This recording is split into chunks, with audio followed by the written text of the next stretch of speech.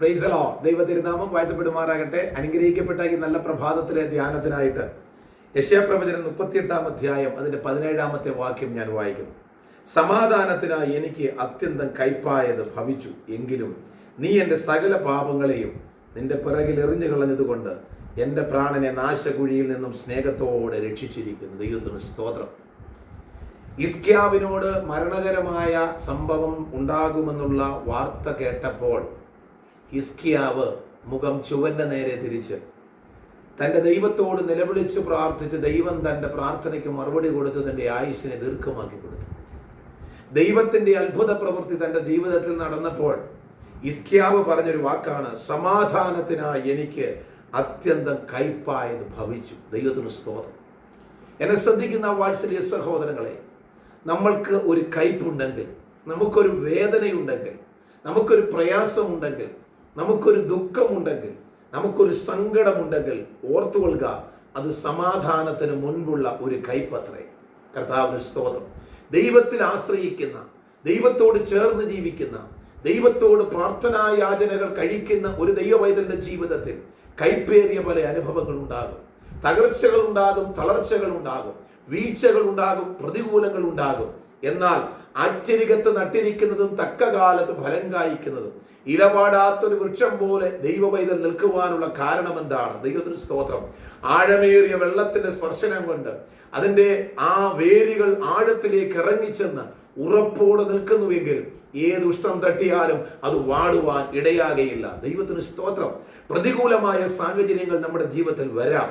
സങ്കടപ്പെടുത്തുന്ന വാർത്തകൾ നമ്മുടെ ജീവിതത്തിൽ നാം കേൾക്കുവാനിടയായി തീരും. കണ്ണുനീര് കൊണ്ട് നമ്മുടെ കണ്ണ് നിറയുന്ന ചില അനുഭവങ്ങൾ നമ്മുടെ ജീവിതത്തിൽ ഉണ്ടാകും. എന്നാൽ ഒരു ദൈവത്തിന്റെ പൈതലുള്ള ബന്ധത്തിൽ ഇന്ന് പകൽക്കാലം ദൈവത്തിന്റെ പരിശുദ്ധാത്മാവ് ദൂത് പറയുന്നു, അത് നിനക്ക് സമാധാനത്തിന് കാരണമായി തീരും. നിനക്ക് അത് സന്തോഷത്തിന് കാരണമായി തീരും. ദൈവത്തിന് സ്തോത്രം. ഒരു തീച്ചൂളയുണ്ടെങ്കിൽ ഒരു സമാധാന അന്തരീക്ഷമുണ്ട്. ഒരു ശൃംഗത്തിന്റെ ഗുഹയുണ്ടെങ്കിൽ, കുഴിയുണ്ടെങ്കിൽ അവിടെ നമുക്കൊരു സമാധാനമുണ്ട്. ദൈവത്തിന് സ്തോത്രം. ഒരു പൊട്ടക്കിണറ്റിൽ ഉണ്ടെങ്കിൽ നമുക്കൊരു ഉയർച്ചയുണ്ട്. ആകയാൽ ഇന്ന് പകൽക്കാലം താഴ്ചയിൽ നിന്ന് നമ്മെ ഉയർത്തുന്ന ദൈവം, പ്രതികൂലത്തിൽ നമ്മെ അതേ നന്മയിലേക്ക് നമ്മെ നയിക്കുന്നവനായ ദൈവം, ഈ പകൽക്കാലം ദൈവത്തിന്റെ പരിശുദ്ധാത്മാവ് നമ്മളോട് സംസാരിക്കുന്നത് സമാധാനത്തിനായി ഉള്ളതാണ് എൻ്റെ ജീവിതത്തിൽ ഇന്ന് സംഭവിച്ചതെന്ന് ഹൃദയത്തെ പഠിപ്പിക്കുവാനും അതിൽ വിശ്വാസം അർപ്പിച്ചുകൊണ്ട് വിശ്വാസത്തിന് നായകനും പൂർത്തി വരുത്തുന്നതിനുമായ കർത്താവിനോട് ചേർന്ന് അനുഗ്രഹിക്കപ്പെട്ട ഒരു ക്രിസ്തീയ ജീവിതം ഇന്ന് പകൽക്കാലം കഴിക്കുവാൻ നാം നമ്മെ തന്നെ ദൈവകരങ്ങളിൽ നിന്ന് സമർപ്പിച്ചു കൊടുത്താട് കയ്പായത് മാറിപ്പോകും. കയ്പ് മാറും. ആദിയിങ്കൽ കയ്പാണെങ്കിലും അന്ത്യമോ മധുരമാണ് പ്രിയപ്പെട്ടവരെ. അതുകൊണ്ട് ഇന്നത്തെ വേദന മാറും, ഇന്നത്തെ സങ്കടം മാറും, ഇന്നത്തെ ദുഃഖം മാറും. നമുക്ക് സമാധാനം വേഗത്തിൽ സംഭവിക്കാൻ പോകുകയാണ്. കർത്താവിന് സ്തോത്രം. ആകയാൽ സമാധാനത്തിന്റെ ദൈവം നമ്മുടെ കൂടെയുണ്ട്.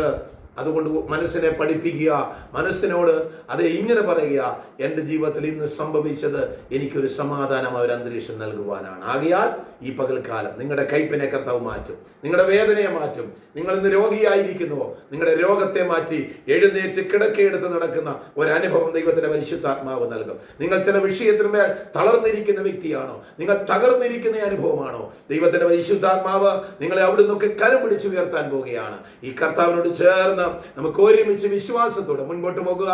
ഈ വചനങ്ങളാൽ ദൈവം നിങ്ങളെ ഓരോരുത്തരെയും അനുഗ്രഹിക്കുമാറാകട്ടെ.